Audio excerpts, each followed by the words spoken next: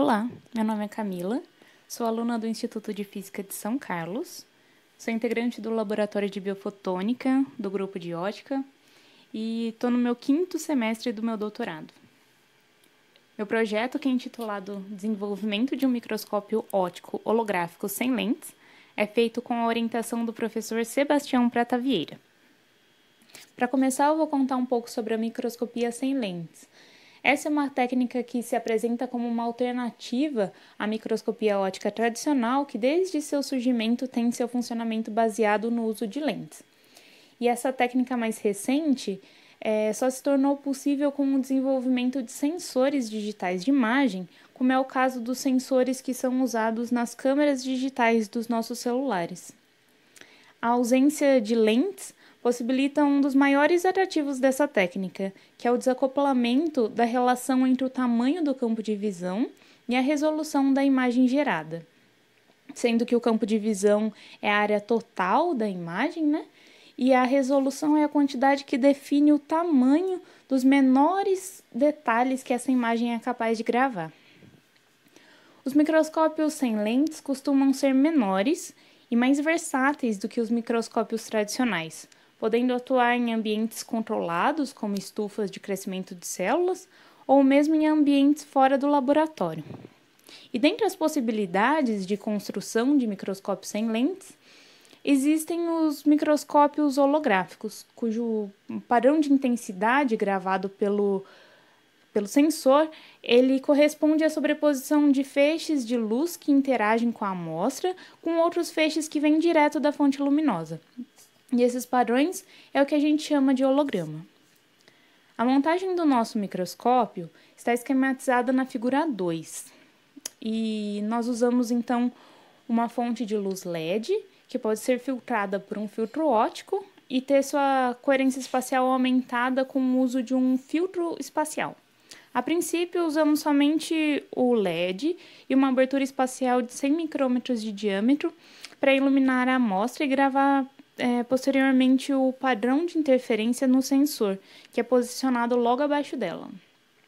Como a gente coloca a amostra bem pertinho do sensor, a uma distância de um pouquinho mais de 1 milímetro, a gente tem uma otimização do nosso campo de visão, que corresponde aproximadamente à área do sensor que captura nossos hologramas.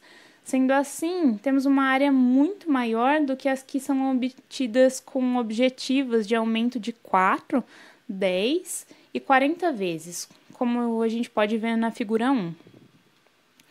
E para obter uma imagem bem definida da amostra, esses hologramas precisam passar por um processamento digital, que é responsável por focalizar a imagem e recuperar os valores de fase, que são perdidos no instante em que as imagens são capturadas. Tendo em vista que essa é uma técnica de grande relevância, o objetivo do meu trabalho é desenvolver um microscópio óptico holográfico sem lentes, que seja um equipamento compacto, portátil e que seja fácil de ser usado. Com ele, pretendemos explorar aplicações, principalmente acompanhando alterações a nível celular, causada por técnicas estudadas em nosso laboratório.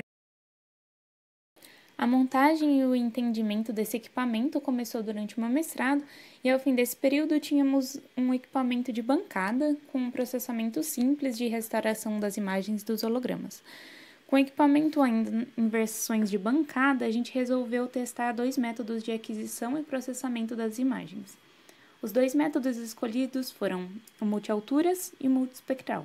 No caso do multialturas, 6 hologramas eram capturados com diferentes distâncias entre a amostra e o sensor, enquanto para o caso do multiespectral, 3 hologramas eram capturados com LEDs emitindo em diferentes comprimentos de onda.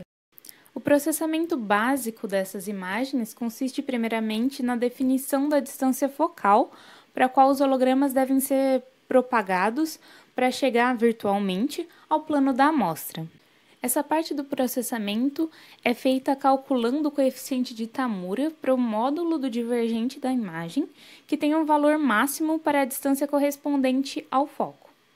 Depois, considerando a propagação numérica da luz pelo método do espectro angular, são feitas iterações para convergir os valores de fase da luz que correspondem à imagem no plano da amostra.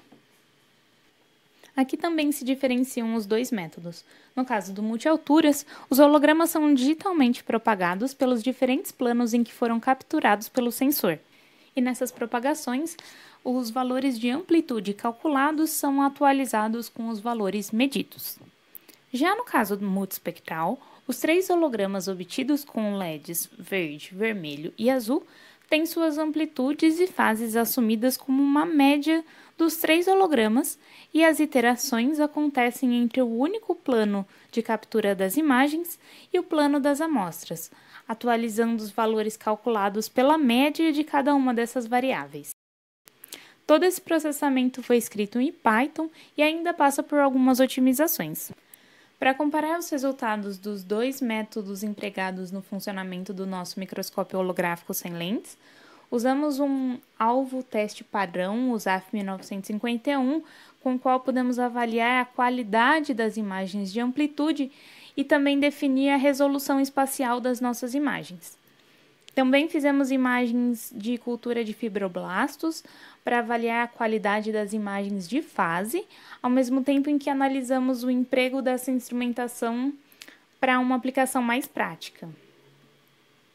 Ao centro da figura 3, podemos observar a diferença entre as imagens do holograma e a imagem resultante de cada um dos métodos para a amostra USAF. E também, à esquerda dessa mesma figura, podemos ver pequenas regiões ampliadas das imagens de fase que são referentes às células de fibroblastos. Análises mais cuidadosas nos permitiram concluir que, em geral, os resultados para os 2 métodos foram comparáveis. Na imagem de amplitude, tivemos uma resolução um pouco maior para o resultado do multispectral, enquanto a imagem de fase apresentou uma pequena desvantagem no método do multispectral com relação à sua qualidade visual. Considerando esses resultados e a facilidade um pouquinho maior de obter o aumento de resolução oferecido pelo método multialturas, optamos por usar esse método em nossas versões mais recentes do microscópio. Assim, com o auxílio do laboratório de apoio técnico do grupo de ótica, a gente desenvolveu uma estrutura que foi impressa numa impressora 3D e deixou o sistema mais portátil e robusto. Para simplificar a aquisição das imagens, um algoritmo foi escrito também em Python para integrar o funcionamento dos dispositivos e automatizar esse processo. Nessa versão mais recente do nosso microscópio, estamos utilizando um filtro espacial de 50 micrômetros de diâmetro e acrescentamos um filtro óptico para aumentar a coerência temporal da iluminação que incide sobre a amostra. Assim como antes, usamos a distância da fonte de luz à amostra de 5 centímetros, a distância mínima da amostra para o sensor de aproximadamente 1 milímetro e distâncias entre os hologramas adquiridos de 50 micrômetros. Isso tudo nos permite obter uma imagem final com aproximadamente 30 milímetros quadrados e com uma resolução de 4 micrômetros. A imagem resultante dessa versão mais nova pode ser vista ao centro, na parte inferior da figura 3, com um perfil de intensidade dos menores elementos de imagem graficados ao lado. Atualmente, a gente está aprimorando os códigos de processamento e planejando os experimentos mais aplicados. Agradeço às agências de fomento, a todo o grupo de ótica e muito obrigada pela sua atenção.